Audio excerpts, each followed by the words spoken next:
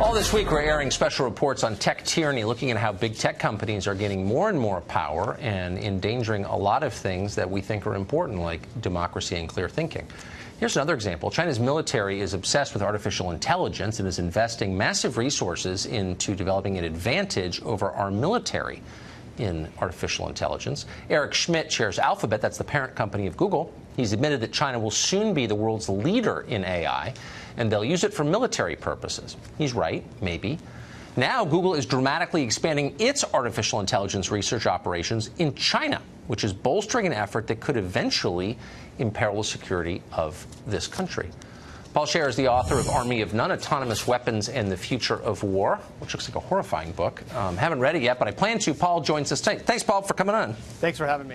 So give us the overview of this. Did I characterize it fairly, do you think? Look, it's not surprising that Google's looking to make research investments in China. China's got top-tier AI talent. Human capital is key here. And they've got access to a lot of data. China will have 20% of the world's data by 2020. And data is the fuel that powers machine learning. And so to a company like Google, they want access to all that data. So they've said, yeah, they've made very clear that they're standing up more research in China. And that is concerning for the United States. Well, so I guess what I'm confused by is, so Google describes itself as a multinational company, really a kind of corporation of the world. But it was incubated here. And everything about Google fundamentally is American. It wouldn't have been possible to start Google in China.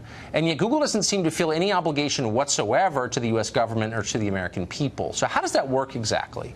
Look, this is capitalism. I mean, these companies are responsible. Actually. Well, these companies are responsible to their shareholders. They're not accountable to the American people, and so they're going to do what's in their business interests.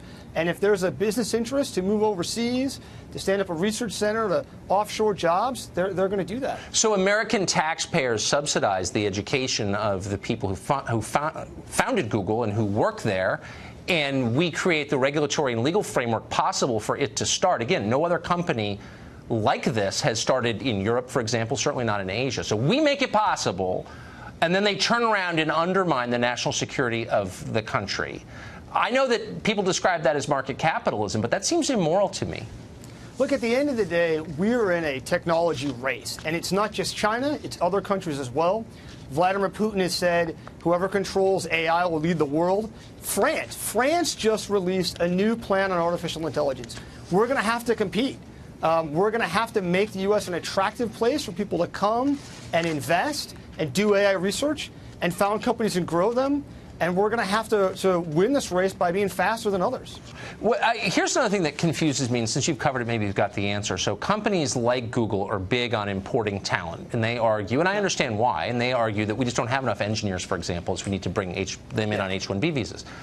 Is there any thought by the billionaires who run these companies, hey, maybe we should take some of our billions and invest in American education? This country isn't producing an adequate number of scientists. Maybe we could help with that. Or because they feel no obligation to the country, only to their shareholders, they don't feel that? I think some of these leaders do. You know, you see Eric Schmidt, the former chairman of Alphabet, Google's parent company, was part of the Defense Department's Innovation Advisory Board. He has been very active in talking to people at the Pentagon about how the United States can retain its leadership in artificial intelligence. So some of these leaders care. Really? Because Andrew Carnegie put a library in every town in America once he got rich here. I don't see any of these guys giving back really in any way to the country. They seem just to be taking from it. Call me left wing. I think a lot of them could do more, right? And more philanthropy from billionaires would be great. Yeah. Yeah, it would be great, and we should demand it because this country made their fortunes possible, I think. Paul, thank you for coming on. I appreciate it.